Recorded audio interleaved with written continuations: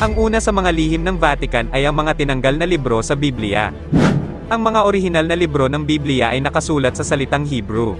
Subalit sa paglipas ng panahon, ito ay isinalin sa wikang Griego at isinalin din sa wikang Latin at kalaunan ay isinalin ito sa wikang Ingles. Ang orihinal na Biblia ay binubuo ng 81 libro. Subalit ang 15 sa mga ito ay inalis ng Vatican. Kung kaya't binubuo na lamang ng 66 na mga libro ang Biblia ng mga Katoliko.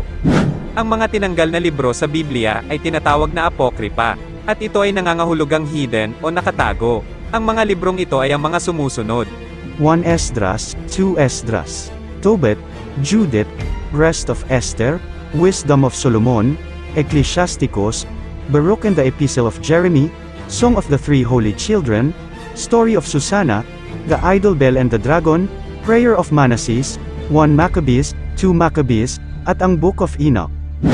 Bago alisin ang 15 librong ito, ang spelling ng pangalan ni Jesus ay Jesus. At kung hindi binago ng simbahan ang pagbigkas ng pangalan ni Jesus, ang tunog nito ay Yahushua. Tinanggal ang mga librong ito sapagkat ang mga ito ay hindi tumutugma sa istoryang nais palabasin ng Vatican.